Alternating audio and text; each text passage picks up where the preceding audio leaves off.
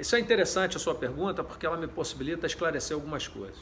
É muito comum eu ver comentários no Net Vasco ou em outras postagens, outros fóruns, de algumas pessoas que, ou por desconhecimento ou por objetivos políticos, dizem o seguinte: quando ele entrou, ele não sabia qual era o problema do Vasco? Então ele entrou e não tinha uma solução, ele não tinha nenhum projeto de gestão, ele não tinha planejamento? Temos e está em prática. Mas você não consegue resolver um endividamento de 680 milhões da noite para o dia.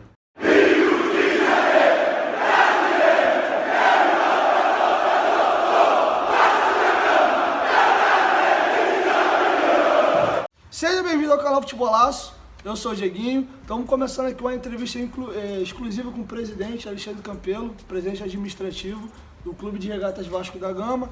E vamos falar sobre vários assuntos aqui, vamos falar sobre penhora, vamos falar sobre salários e muitas outras coisas. Então você que está chegando aqui pela primeira vez, se inscreva no canal e ativa o sininho. Então, presidente, tem saído muitas informações agora recentemente de onde está vindo o recurso, vai pagar, não vai pagar. Saiu uma informação, inclusive, que os salários seriam pagos hoje e ninguém melhor do que o senhor para esclarecer todo o ocorrido e já deixar uma segunda pergunta para o senhor me falar sobre a operação, né? Foi extremamente desgastante, o Globoesporte.com colocou como operação de guerra para ser resolvido o problema das penhoras na sexta-feira. Bem, Dieguinho, primeiro dizer que é um prazer aí poder participar do seu programa e de poder, de alguma forma, trazer informações para os torcedores, para os vascaínos. De fato, foi uma operação de guerra, foi uma operação bastante desgastante. Algumas informações são desencontradas e aí isso tem um motivo. Sempre fez parte do nosso planejamento a reestruturação financeira. Eu tenho dito, e as pessoas às vezes falam que não existe gestão, que falta gestão. Não, pelo contrário, sobra gestão, sobra planejamento. A gente só conseguiu chegar até aqui porque o nosso grupo, o grupo da administração do Vasco, os vice-presidentes, todos aqueles diretores, as pessoas que compõem a diretoria administrativa, elas planejaram muito bem o Vasco, elas criaram um projeto de gestão muito consciente, muito bem estruturado. E por isso que nós sobrevivemos até agora e conseguimos chegar até aqui, transformando o Vasco, reestruturando a dívida do Vasco. No ano de 2019, por exemplo, nós só fomos entrar nos cofres do Vasco alguma receita oriunda da televisão agora em outubro, e ainda assim por força de liminar. E por que isso? Porque existe uma dívida muito grande, já vencida e que se transforma em penhoras. E essas penhoras, elas incidem diretamente sobre aqueles valores que o clube tem a receber da cota de televisionamento. Quando nós assumimos o clube, nossa principal preocupação era com o equilíbrio financeiro do clube, era de reestruturar a dívida. Uma dívida que nos primeiros meses nós começamos a buscar para entender qual era o tamanho dessa dívida, e já na publicação do balanço de 2017 nós identificamos que o clube tinha uma dívida de torno de 680 milhões de reais. E uma parte dessa dívida, que era a menor parte, ela estava resolvida no longo prazo, ou seja, aquela dívida que você tem 10, 15 anos para pagar e ela não chega a comprometer as finanças do clube. Mas, por outro lado, a maior parte dessa dívida era de dívida já vencida, ou seja, eram salários atrasados, que já deveriam ter sido pagos, era de impostos atrasados, que também já deveriam ter sido pagos, eram dívidas cíveis, com credores que já estavam aguardando há mais de 10 anos, muitos deles há mais de 10 anos aguardando, e essa dívida está ali sufocando. Então, esse credor, ele acaba indo na justiça, conseguindo uma penhora, uma ordem judicial de penhora, e vai lá onde o clube tem alguma coisa para receber, como, por exemplo, premiação de campeonatos através da CBF, cota de televisionamento, propaganda, parte de marketing e tal, e ele vai lá e penhora. Então esse dinheiro não chega a entrar nos cofres do clube. Então havia uma necessidade de se reorganizar essa dívida, ou seja, transformar essa dívida vencida numa dívida de longo prazo. Então, no primeiro momento, nós tratamos de negociar essa dívida com os credores, negociamos lá em torno de 250 credores aproximadamente, mas ainda assim, algumas dessas dívidas já vencidas continuavam batendo nos nossos recebíveis. Então, você tem um exemplo, vamos supor, tinha lá 10, 12 milhões para receber de televisão, de cota de televisão, parte disso ia para pagamento de dívidas bancárias com antecipações e a outra parte, toda ela era tomada por essas penhoras. Então, nós começamos com um projeto de antecipação de alguns recursos da cota de TV para que a gente pudesse negociar com esses credores, pagar esses credores com um valor menor do que o devido, tá certo? E com isso desafogar esse fluxo de caixa, ou seja, aí a partir daí passaria a entrar recursos nos cofres do clube através das cotas de televisão. Esse processo era para ele ter sido concluído até agosto desse ano, mas em função desse número muito grande de novas penhoras, que a todo momento surgia um fato novo, uma penhora nova, isso foi causando uma dificuldade muito grande, com mudanças tanto da televisão quanto do próprio banco em relação ao contrato, e isso acabou ficando para a última semana. Agora, em dezembro, estava previsto o clube receber a parcela normal que recebe da televisão em relação à visibilidade, em relação à exposição, ou seja, aos jogos que passam na TV aberta e ao pay-per-view, e mais uma parcela que vem, que é relativa à classificação do clube, né? Isso totalizava 22 milhões. Então a ideia era pegar uma antecipação, pegar parte desse dinheiro, juntar com essa antecipação e aí pagar, vamos supor, 40 milhões ou 50 milhões de dívida com 20 e pouco, 30 e poucos milhões. Ou seja, com um deságio, com uma redução. Isso é importante para o clube, porque de qualquer forma esses valores eles acabariam sendo pagos. Então alguns poderiam contestar que a gente está antecipando verba. Não, essas verbas iam ser tomadas da cota de TV de qualquer forma. O que a gente estava fazendo era pagar esse mesmo valor com uma quantidade menor de recursos, tá certo? Ou seja, com 40% ou mais de desconto. Então isso de alguma forma desafoga o clube. Em vez de você pagar 50 milhões, você está pagando 30. Tá? Isso foi o que foi feito. E aí na reta final, faltando uma semana, nós tivemos a surpresa de receber uma penhora da PGFN, que é a Procuradoria Geral da Fazenda Nacional.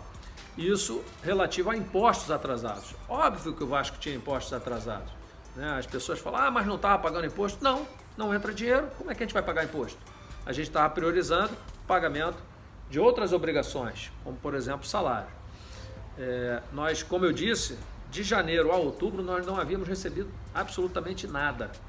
Só recebemos em outubro uma parcela pequena, porque o sindicato entrou com uma liminar, fazendo com que esses recursos fossem prioritariamente utilizados para pagamento de salário, ao invés de pagar essas penhoras.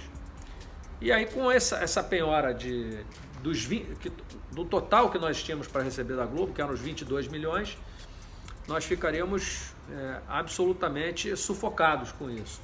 Então, nós trabalhamos assim, de maneira incessante, uma equipe grande, envolvendo financeiro, envolvendo a própria KPMG, envolvendo o nosso jurídico. Conseguimos reduzir essa penhora para 15% do montante, mas isso tomou das nossas receitas 6 milhões, que foram utilizados para pagamento de impostos. E o restante nós conseguimos um parcelamento de longo prazo, ou seja, equacionamos esse volume de dívida no longo prazo. Isso nos possibilitou dar continuidade à operação com a Globo para pagamento das penhoras cíveis. Elas foram realizadas, né? retiramos aí 15 penhoras que incidiam sobre esses recebíveis da televisão e utilizamos os recursos do sócio torcedor para pagamento de salário. E agora nós estamos trabalhando numa outra operação que não envolve antecipação de recursos de TV, nada disso, mas uma operação que nos possibilitará pagar mais uma parcela grande dessa dívida que nós temos com os nossos atletas e com os funcionários. Enfim, isso foi o que aconteceu. Erroneamente disseram que o pagamento seria feito hoje, e não foi essa a informação que nós passamos. O que nós dissemos foi que pagamos uma folha salarial na sexta-feira e com essa operação que a gente pretende colocar de pé até o final do ano, ainda até o dia 29, pagar o restante que está em aberto. Com esse recurso, daí para colocar tudo em dia? Tudo em dia, digo, ainda salário, não dá para dizer, porque isso é uma negociação salário. que envolve banco, depende de taxa, depende de uma série de coisas, do próprio contrato que a gente está fazendo, para a gente entender, mas se não todo, uma parte significativa, a maioria pelo menos. Ficaria então alguma coisa de fora? Não sei, não dá para dizer agora. Às vezes o torcedor quer ter uma informação, mas a gente não tem como passar de maneira precisa. Então, como eu te falei, essa própria operação da Globo, ela teve várias idas e vindas, por ajustes, quer seja com o banco, quer seja com a televisão, e com mudanças no decorrer desse trabalho. De última hora, com tudo pronto, no último dia, chegou uma penhora de 600 mil, que nos obrigou a mudar uma parte da operação. Então, assim, a dívida do Vasco ainda é grande, ela está sendo equacionada, a gente tem diminuído a dívida do clube, mas ela ainda nos causa transtorno, que a gente pretende, ao longo do tempo, ir eliminando até que o clube fique completamente sanado. Partindo dessa premissa, o Vasco vem evoluindo, vem alongando as dívidas, pagando algumas dívidas com desságio, como o senhor acabou de relatar. Claro. Quando se acha, ou melhor, é previsão, não tem como cravar exatamente, que a gente consegue ter um fluxo de caixa adequado para o Vasco, você fala assim, começamos a respirar. A partir de quando? Eu acho que a gente começa a ter uma melhora no fluxo a partir de abril ou maio. Já de 2020? Já de 2020. Não vai ser o que a gente espera, mas vai gradativamente melhorando. Em 2021 esse fluxo é muito melhor, 2022 ele está também muito melhor e a partir daí, provavelmente, a partir de 2023 a gente deixa de ter comprometimento nos recebíveis. Eu vi uma informação que ficou muito desencontrada e teve muito inscrito no canal aqui desesperado. Dieguinho, pelo amor de Deus, o Vasco vai ficar proibido de inscrever jogadores por um ano referente à dívida do Jorge Henrique. Então, bem curto, dá um detalhe sobre. Não é que fique, é o que estou dizendo. A todo momento surgem fatos novos. Isso é interessante a sua pergunta, porque ela me possibilita esclarecer algumas coisas. É muito comum eu ver comentários no Net Vasco ou em outras postagens, outros fóruns, de algumas pessoas que, ou por desconhecimento ou por objetivos políticos, dizem o seguinte: quando ele entrou, ele não sabia qual era o problema do Vasco? Então ele entrou e não tinha uma solução, ele não tinha nenhum projeto de gestão, ele não tinha planejamento? Temos e está em prática. Mas você não consegue resolver um endividamento de 680 milhões da noite para o dia. Basta dizer que o Vasco, quando nós assumimos, faturava 200 milhões por ano. Se todo o faturamento do clube fosse usado para pagamento da dívida, sem pagar nada do dia a dia, precisaria de 3 anos para solucionar. Então, se não cair um cheque árabe aqui, 1 bilhão de reais para resolver da noite para o dia, só ao longo do tempo é que nós vamos conseguir resolver o problema do Vasco. E ele está sendo resolvido. Existe planejamento, sim. Se não existisse, o Vasco já tinha fechado. Então, existe planejamento, ele está sendo colocado em prática e com êxito. Acontece que você aumenta o teu faturamento, diminui a tua receita, tem um superávit de 65 milhões. Ou seja, isso corresponde a você, no seu emprego, você gastava mais do que recebia. Então você recebia 10 mil reais e gastava 12. Você Inverteu esse número. Você passou a gastar menos, gastar só 9. E ao invés de ganhar 10, passou a ganhar 12. Sobrou aí 3 mil. Mas você está devendo 30. Você consegue resolver teu problema? Vai levar no mínimo 10 anos nessa posição. Exatamente. Vai levar um tempo. Aí você tem que trabalhar, chamar o teu credor, negociar. Enfim, isso é o que está sendo feito. O clube está trabalhando para ter o superávit, especialmente controlando os custos, que é fundamental. Em qualquer casa é assim, em qualquer empresa é assim, em qualquer clube é assim. Você precisa controlar os gastos, aumentar as receitas e negociar bem as dívidas. E é isso que a gente está fazendo. Agora, a solução ela vem ao longo do tempo.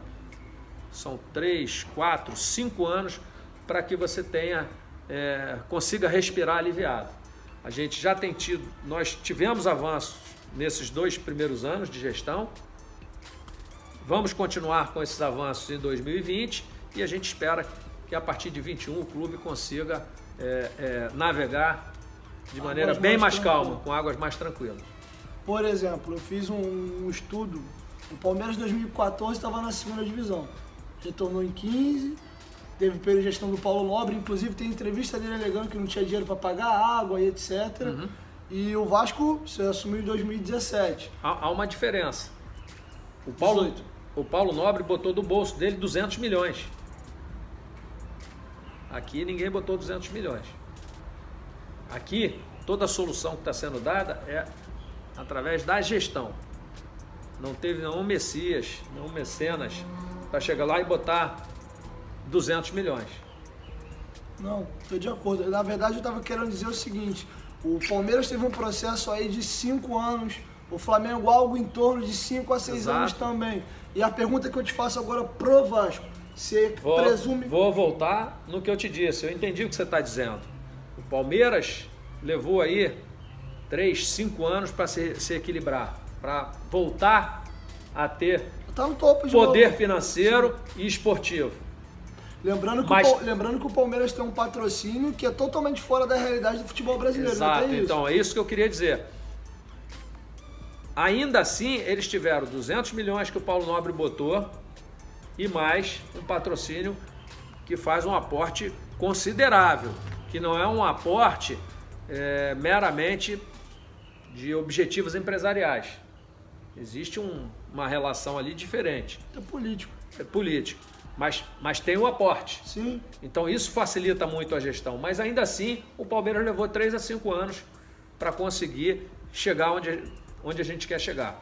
O nosso adversário, o nosso maior rival, ele teve a vida facilitada com 100 milhões de luvas quando renovou o contrato de televisão. Ele teve 100 milhões de luvas. O Vasco também teve essas luvas, só que não fez a reestruturação que está sendo feita hoje. Então, essa gestão está reestruturando o clube, está dando soluções às questões financeiras, mas sem nenhum aporte extraordinário. Sem nenhum aporte extraordinário de recursos financeiros. Só para a gente finalizar, bater lá algum crivo nessa questão penhora e dívida, inclusive o senhor disse que parte dessas penhoras foi solucionada com recursos do sócio-torcedor, de acordo? Não penhoras, salário. Não, perdão, desculpa, salário. E o torcedor, muitas pessoas têm reclamado, inclusive o senhor me disse que tem um momento oportuno para poder trazer e dar mais detalhes sobre, o sócio-torcedor tem reclamado muito o seguinte, exatamente aonde está sendo o meu recurso, porque o pessoal lembra muito... Toda essa folha que foi paga foi de dinheiro do Porque o pessoal lembra muito daquele vídeo que tem do senhor dentro da mega loja, todo o recurso do Vasco vai ser usado para salários de futebol. A folha foi paga assim. Essa folha agora? Foi já foi para o sócio-torcedor. sócio-torcedor. Como eu falei, a ideia é esses recursos serem utilizados para o pagamento de salário. Mas a gente vale lembrar que os recursos oriundos do sócio-torcedor não são ainda suficientes para pagar uma folha salarial inteira.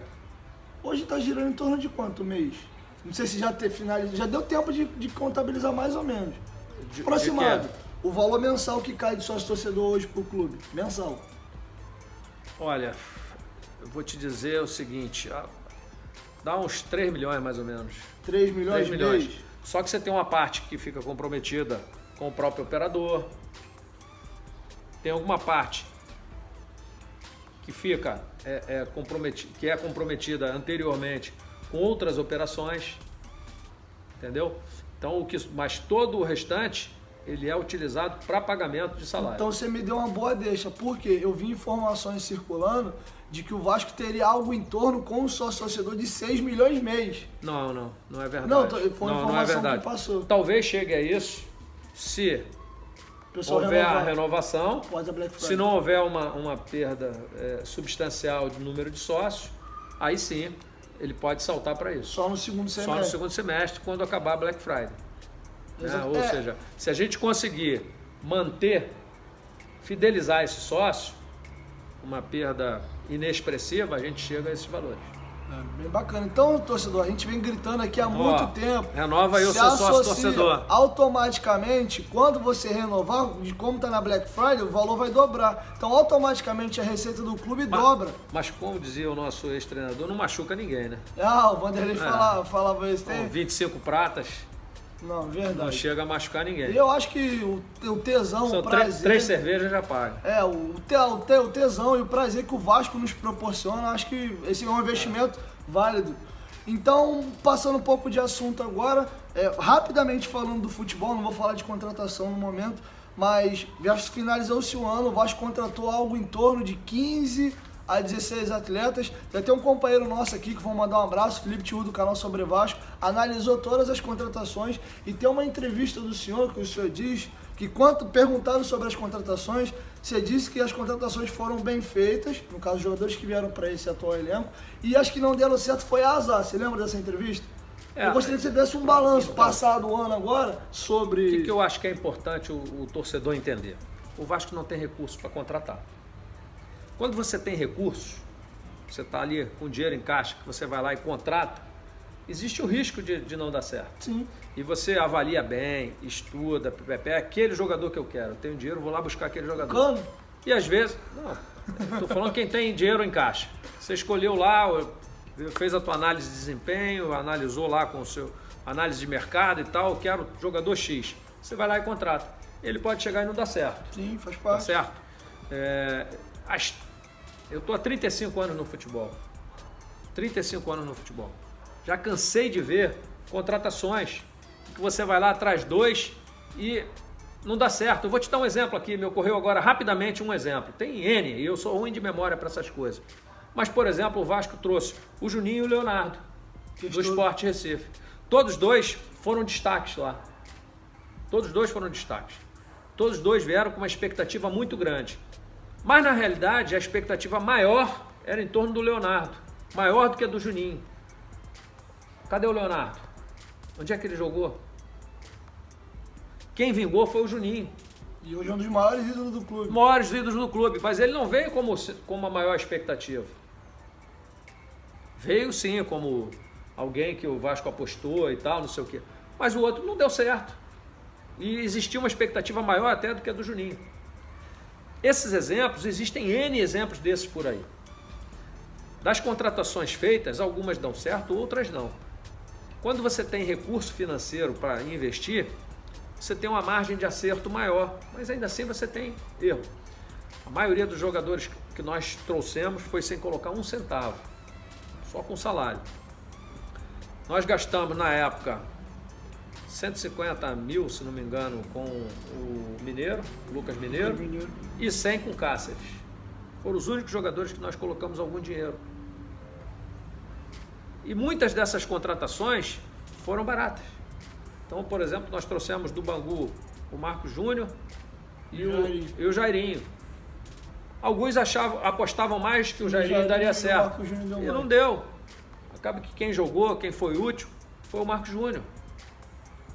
Mas qual foi o investimento que o Vasco teve? Nenhum. Nenhum.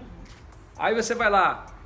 Vamos lá. Vamos falar de novo. Sim, tem investimento, mas algum tem que ter, pô. Vou trazer de graça. Não, eu vou te dar um. Tá, mas calma aí. Vai. Aí você. O Valdívia. Vamos lá, no Valdívia. Era um jogador jovem. Sim. Que tinha tido um início promissor. Sim. E que aí não engrenou no São Paulo e no Inter. E no Atlético. Sim, mas é um jogador que você tem que apostar, que havia uma expectativa de você recuperar ele, como o Vasco já recuperou um monte de outros atletas. Não deu certo, paciência, vou fazer o quê?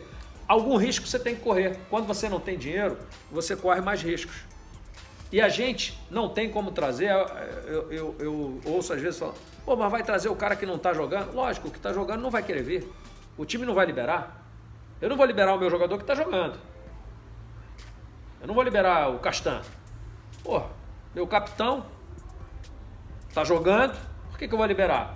Agora, se tem alguém que não está jogando, não está tendo oportunidade por algum motivo, o treinador às vezes não gosta, porque às vezes o cara não gosta porque a característica do jogador não se encaixa com o perfil do treinador. Então você pode de repente trazer aqui, dá certo, não deu lá, dá aqui. O fato é que o clube não tem recurso para ir buscar. Então tem que tentar dessa maneira. Eu te entendo, eu sei exatamente para que lado o senhor está querendo caminhar, mas uma análise que a gente tem feito, e eu vou te dar dados. 2019, quem foi o grande aspirante do Vasco? Thales. 2018, nós tivemos o Marrone. 2017, tivemos o Douglas Luiz. Resumindo, o Vasco tem um perfil... Também sei onde você quer chegar. Não, deixa eu terminar o raciocínio e o senhor pode dar sua opinião. A gente muitas das vezes gasta jogadores que estão sempre encostados e a porcentagem do que acaba dando certo é muito pequena, quando muitas das vezes a gente tem bons jogadores dentro de casa e a gente acaba botando, joga, não rende, aí lá no final vem trazer a base para ser a solução. Discordo. Não, tudo bem. Desculpa. A gente revelou um monte, a gente deu chance para um monte da base. Por exemplo, o Lucas Santos era uma puta de uma promessa. Ele teve chance. Pouco. Não acho que foi pouco. Entrou várias vezes. O jogador, quando tem que dar certo, entra e já arrebenta. O Thales teve uma, entrou e garantiu. O Marrone esse ano cresceu muito mais do que o ano passado. Mas desde o início ele já entrou fazendo gol. O Marrone entrou, fez 6 gols. 2 de perna direita, 2 de perna esquerda e 2 de cabeça. Tá certo? Então, por exemplo, às vezes o jogador leva um tempo para amadurecer. A gente não pode queimar o jogador da base. Então o Lucas, por exemplo, ele entrou várias vezes. Não teve desempenho. O que nós fizemos? Vamos preservar o nosso patrimônio. Prestei para ele jogar. Ele está voltando. Então, é óbvio que quando o jogador da base responde, a gente bota ele. Mas nem sempre ele dá essa resposta de imediato. E a gente não pode queimar o jogador da base. Então, quando eu trago um jogador com mais idade, mais encorpado, eu não estou queimando ele, botei ele lá. Ele tem que jogar ou não jogou. Jogou, não jogou, paciência. O jogador da base, não. Eu tenho que ter responsabilidade, eu tenho que ter cuidado. O Vasco tem dado chance muito para a base, muito. Concordo, mas eu acho que deveria ter dado um pouco mais. Tem alguns jogadores... Aí é a questão de opinião, de opinião. Não adianta você achar e o jogador não corresponder. A chance a gente dá. Vocês criticaram pra caramba que tinha lá não sei quantos no elenco. Uma maldade que faziam. As pessoas falavam isso só para atingir a gestão. O Vasco tinha um elenco grande porque a gente não mandou ninguém da base embora. Eu fiz questão... Desse ano? Eu fiz questão de todo mundo subir para ser analisado. Então todos os jogadores da base subiram e foram analisados. O Gabriel Peck está aí. Então, não, a gente só tem jogador. Quantos jogadores nós usamos da base? Não usamos mais porque alguns não responderam como a gente esperava. Então se ele não responde, eu tenho que guardar ele, eu não vou queimar. Eu vou guardar, eu vou deixar ali. Por exemplo, o nosso atacante. Thiago Reis. Ele teve várias chances, entrou até bem no Carioca, depois caiu, mas está lá. Acho que ninguém dá mais força para ele do que eu. Ele está aí. A gente está insistindo. Mas e aí? Uma hora ele vai engrenar. Você me deixou um bom feedback. Entendeu? O Thiago foi um dos artilheiros da Taça São Paulo. Começou muito bem, fazendo 4 gols em 4 jogos no Carioca. Inclusive fez gol no Flamengo. Tava vindo muito bem, concordo. E o desempenho do jogador independe do presidente, claro. Enfim. A chance é dada, ele tem que chegar lá e corresponder. Concordo. Eu não posso jogar para ele. Concordo. Eu só quero te fazer uma pergunta, se o senhor tiver como me responder, porque isso saiu muito na imprensa. Por exemplo, que o Thiago Reis tem uma qualidade indiscutível, Mas dizem, tá? Eu quero ouvir do senhor, que ele teve uma caída recentemente, inclusive o Vanderlei o afastou, deu menos oportunidades por problemas extracampo. Procede ou não procede? Nunca ouvi falar. Para mim, o Thiago Reis é um jogador sempre correto. Não, então morreu, porque essa informação passa Eu muito. não tenho essa informação. Não tenho essa informação. Nunca foi dito isso. Fora, sim, dentro do clube tudo bem, mas fora veicula-se isso aí mais... Fora, dentro do clube, nenhum dos profissionais do clube fez qualquer tipo de reclamação ou eu ouvi qualquer comentário a respeito. Vamos passar Pelo dali. contrário, para mim, me parece ser um jogador muito disciplinado. Não tenho conhecimento. Ótimo. Então, passando para uma outra pauta aqui agora, o Vasco tem conseguido coisas muito bacanas agora, como, por exemplo, o CT, e tem também surgido a informação de que já foi aprovado no Conselho dos Beneméritos e passando no deliberativo, a reforma de São Januário pode começar já a partir do ano que vem. Me conta que pé está a reforma do estádio e me fala do projeto do CT também. Então, eu não gosto de falar de reforma. Reforma parece que tu vai dar uma ajeitada, uma guaribada, né? E não é isso. Modernização. O que a gente vai fazer vai ser modernizar São Januário e ampliar São Januário. Então, a gente tem que valorizar o nosso patrimônio. Então, o que a gente vai fazer com o São Januário é uma modernização do nosso estádio com uma ampliação da capacidade dele para 43 mil. Esse projeto teve início lá atrás, partindo de uma ideia minha, em que eu tenho, não é segredo, muitos anos de Vasco, sempre vi ao longo da minha vida dentro do Vasco, fazer uma obrinha aqui, aí muda para ali, aí tem uma necessidade, puxa mais para cá. Puxadinho. Cheio de puxadinho, foi essa palavra que eu usei. E aí quando a gente começou, eu sempre achei que o São Januário precisava ser modernizado, precisava ser ampliado. E aí isso, logo no início a gente tinha a intenção de aumentar o marketing do clube, precisava de mais espaço e a gente não tinha espaço para acomodar o aumento de pessoal que era necessário para que o marketing tivesse um desempenho melhor. E aí ficou-se buscando lá um espaço para fazer e tal. O próprio João Ernesto lá do Centro de Memória veio me sugerir fazer um museu em cima da mega loja e tal. Eu falei, não pode ser assim, o Vasco é cheio de puxadinho, não quero isso. Eu acho que a gente tem que ter um projeto, a gente tem que começar a estudar, entender o que a gente quer, não só para o estádio, mas para todo o complexo de São Januário. O que a gente pretende aqui, o que a gente quer, onde é que a gente quer chegar. E aí, a partir daí, eu motivei o Pedro Seixas com essa ideia, as pessoas compraram essa ideia. O Pedro trouxe o Sérgio Dias, que é um grande arquiteto, um urbanista, que já foi secretário de urbanismo. E aí, então, a gente passou a desenvolver esse projeto. A minha ideia inicialmente é que esse projeto fosse modular, ou seja, eu vou fazer uma obra aqui porque eu quero botar um museu. Onde é que vai ser o museu? Vai ser aqui. Bom, então eu vou fazer todo esse conjunto aqui de uma vez. E que fosse feito por módulos até que a gente concluísse. E aí nesse estudo, a gente chegou à conclusão que para a gente fazer dessa maneira, levariam 10 anos para que o estádio inteiro ficasse pronto. E durante essas consultas, durante o planejamento do projeto, o planejamento, né, a criação do projeto, a gente observou que o mercado teve uma aceitação muito boa em relação ao projeto. E a possibilidade da gente fazer isso através de um fundo de investimento com 2 anos de obra.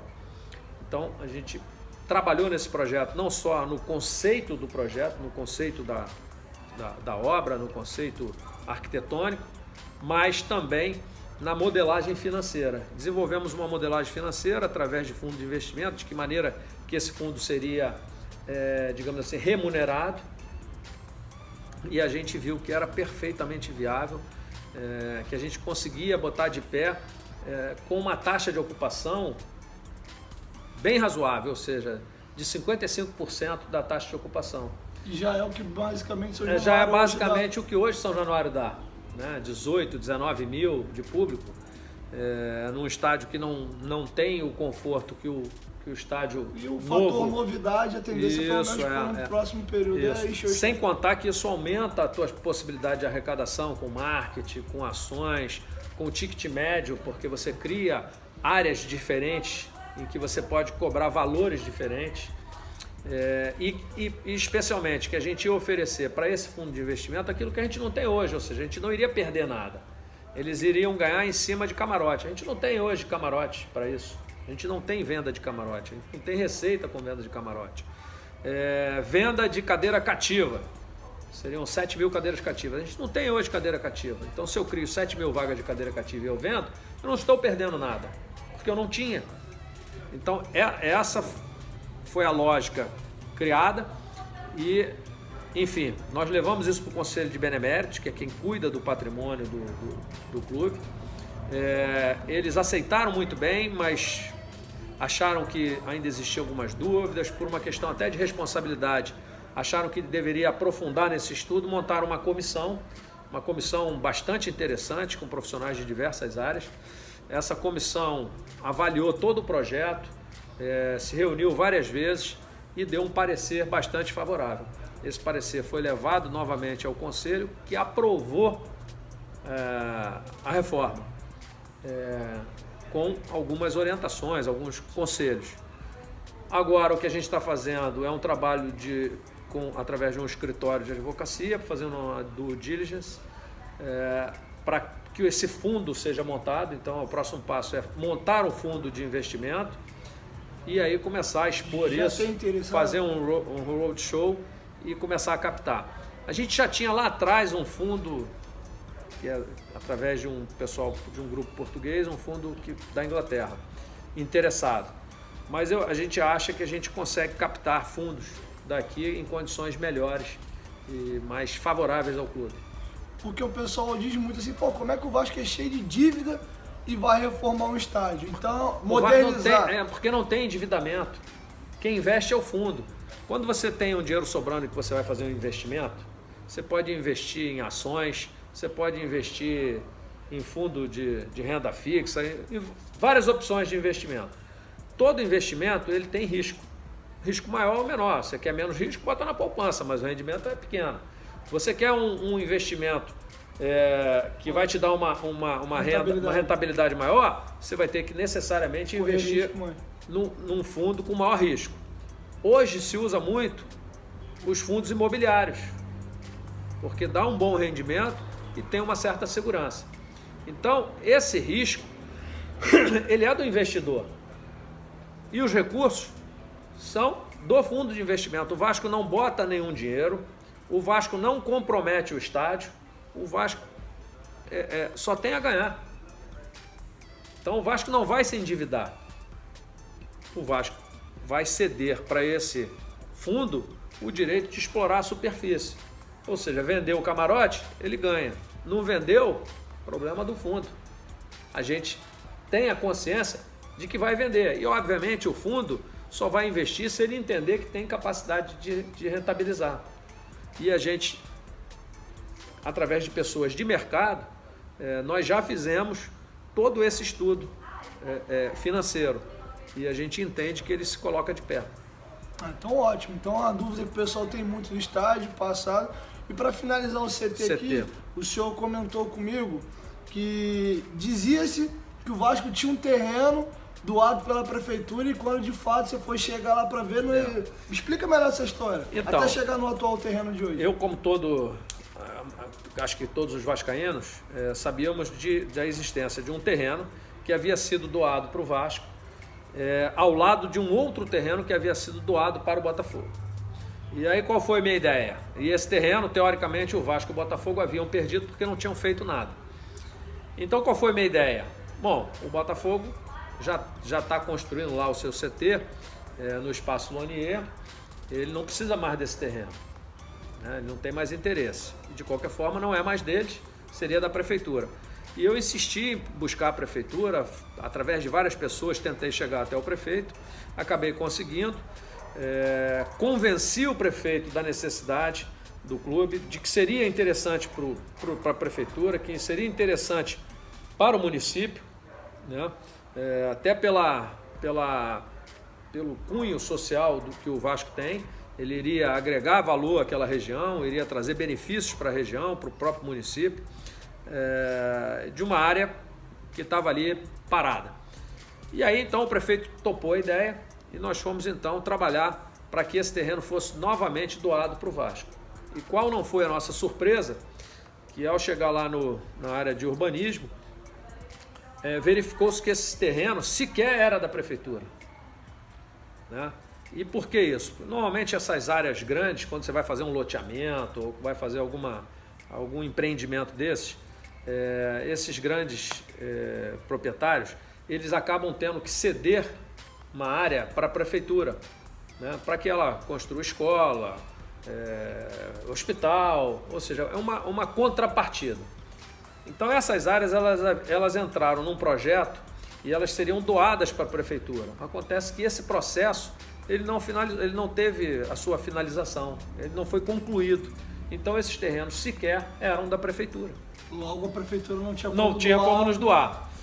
Nós seguimos no trabalho, no convencimento, convencemos o prefeito a buscar outras áreas, fizemos pesquisa, fomos para dentro da secretaria, mapeamos todas as áreas e aí então chegamos à conclusão de que esse terreno que hoje é do Vasco era um terreno ideal pelas dimensões, pela forma dele, que era uma forma retangular.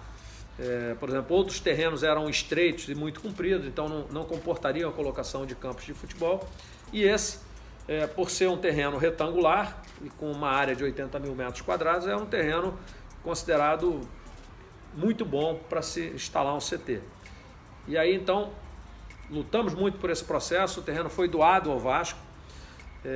Nós começamos a discutir um projeto de CT, eu acabei envolvendo um número considerável de profissionais, eu mesmo contribuí com algum conhecimento, pelo meu tempo de atuação no futebol, mas envolvi pessoas da área técnica, do departamento médico, do departamento de fisiologia, do departamento de futebol como um todo, né, da parte administrativa, quem cuida de alojamento, enfim.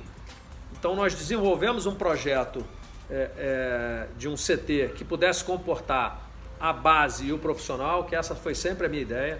Eu sempre entendi que o ideal é que você tivesse um CT onde você pudesse ter o profissional treinando, mas que o sub-20 pelo menos e o sub-17 estivessem no mesmo espaço, para que os nossos atletas crescessem mirando onde eles querem chegar, se espelhando nos nossos profissionais, e que, por outro lado, o próprio treinador do profissional pudesse observar melhor os atletas do sub-17 e do sub-20, que são aqueles que poderiam ser pinçados para compor o nosso elenco de profissionais.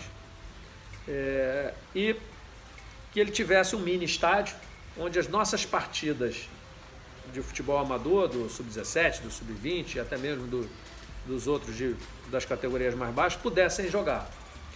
Então esse projeto foi realizado e aí nós partimos então para colocar esse projeto de pé.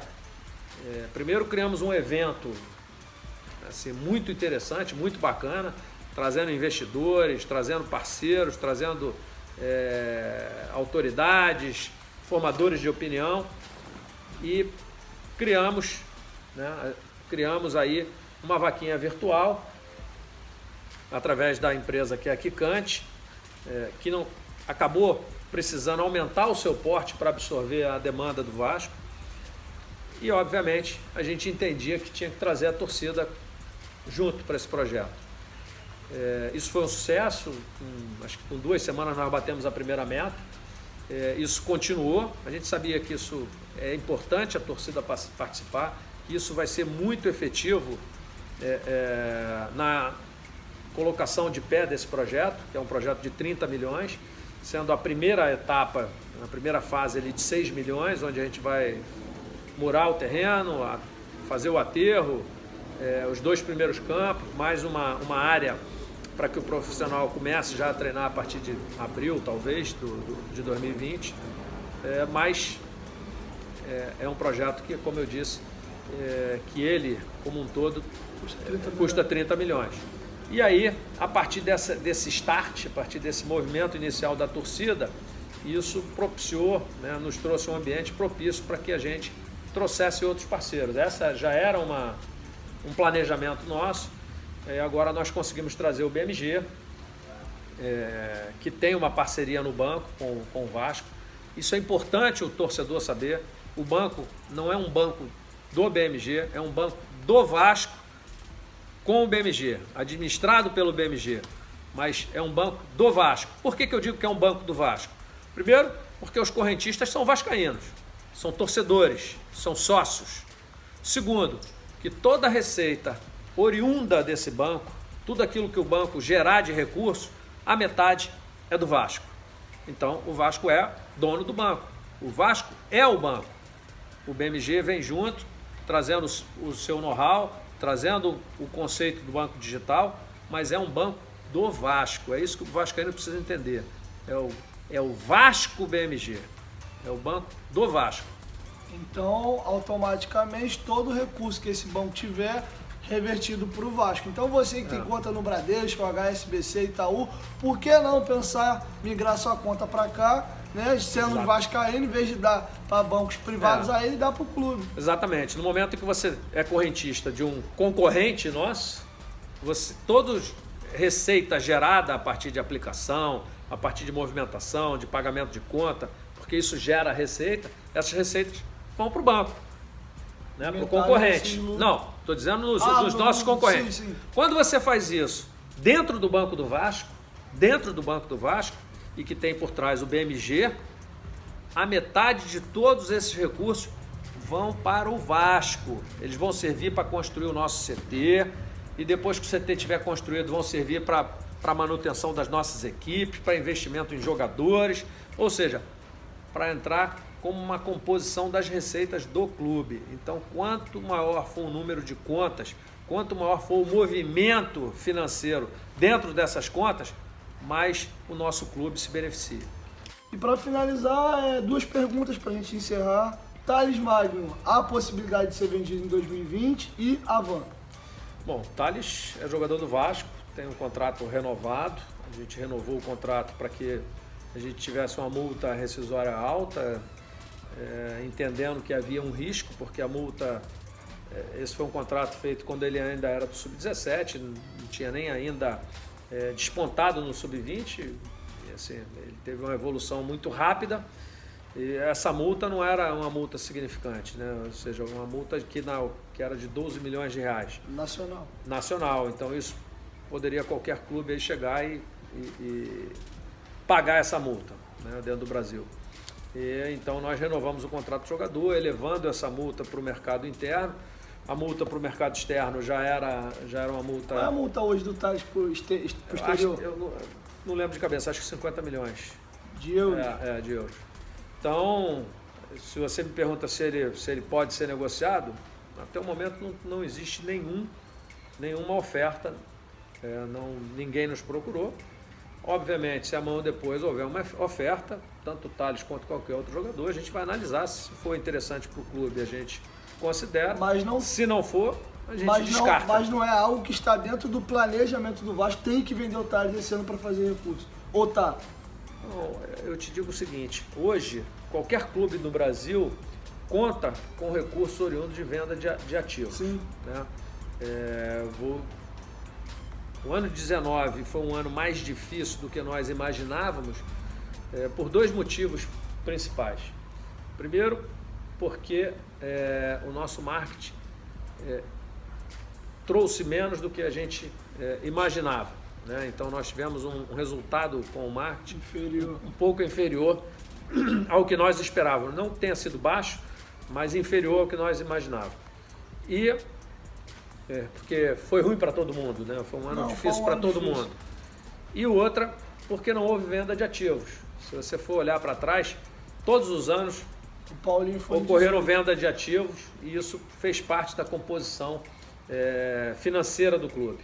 Não só do Vasco, mas de todo grande clube brasileiro. Aliás, quem mais teve recursos oriundo de venda de jogadores foram os clubes, digamos assim, melhor colocados esportivamente e financeiramente, né?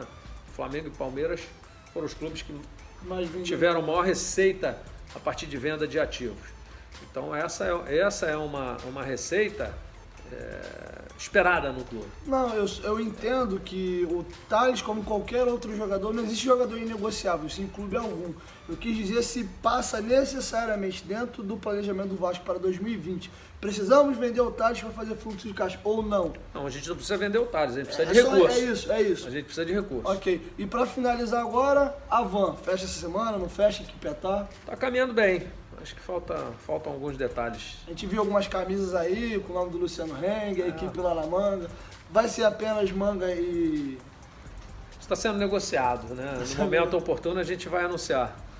Então, mas eu nem gosto de falar, estou falando aqui, que está caminhando bem, mas o normal é a gente falar só quando fecha, né? Aproveitando a deixa, tem algum outro parceiro que já tem procurado o Vasco, alguma situação, ou de momento só a Van? Mesmo para uma outra área de manga ou de outra coisa? Não, a gente tem a renovação, né? A gente tem feito algumas renovações. O Royal já foi. Num patamar NetBet. um pouco maior do que o que foi no ano anterior. Isso é importante, porque não foi divulgado o valor. O pessoal, inclusive, achou que era o mesmo valor. Então, houve um reajuste no valor? Tem um certo acréscimo. O Vasco, obviamente, vem numa crescente. Esse próprio movimento, né, do sócio no engajamento do CT, no sócio-torcedor, isso nos possibilita discutir com mais poder na hora de renovar ou na hora de se mostrar para o mercado, né? Então, isso precisa ser valorizado. Então, presidente, muito obrigado pela entrevista que o senhor nos concedeu, nos atendeu muito bem. Como eu sempre digo, o canal aqui Futebolaço, e eu principalmente, que sou o proprietário do canal, eu sou uma pessoa extremamente apolítica.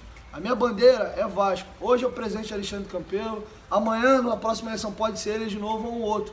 E o espaço no canal sempre vai estar aberto para qualquer personalidade. Eu acho que o clube precisa disso aqui, ó. É de união, é torcida, é dirigente, é entes políticos, porque o Vasco ele sempre foi mais forte a sua vida inteira enquanto nós fomos unidos. Eu sei que vai ter gente aí, tá dando entrevista com o presidente e agora é campeleiro. Gente, pelo amor de Deus, estamos em 2020 já estamos 20 anos dentro do novo século e ainda tem gente com a mente fechada. O Júlio futuramente vai vir no canal aqui também. Fred, se quiser vir, leve qualquer um. Estamos aqui para discutir Vasco, futuro. E todos esses que eu citei agora, se pensam de fato no clube, todo mundo se une, faz igual a torcida fez, todo mundo se abraçou, fez corrente, vamos doar pro CT, Vasco BMG. O Aquiles tem sido um cara que tem batido muito, aqui é Vasco, voado muito por essas questões. Então, rapaziada, vamos olhar pro clube. Então, presidente, muito obrigado. E só para fechar de maneira descontraída, e aí, o Vascão vai tomar um cano essa semana? Quem sabe? Pô, presidente, confirma aí, presidente. Então, rapaziada... O segredo é a alma do negócio. Concordo. Rapaziada, então, muito obrigado vocês que assistiram a entrevista até o final. Se inscreva no canal, ative o sininho e compartilhe esse vídeo para os outros amigos de vocês.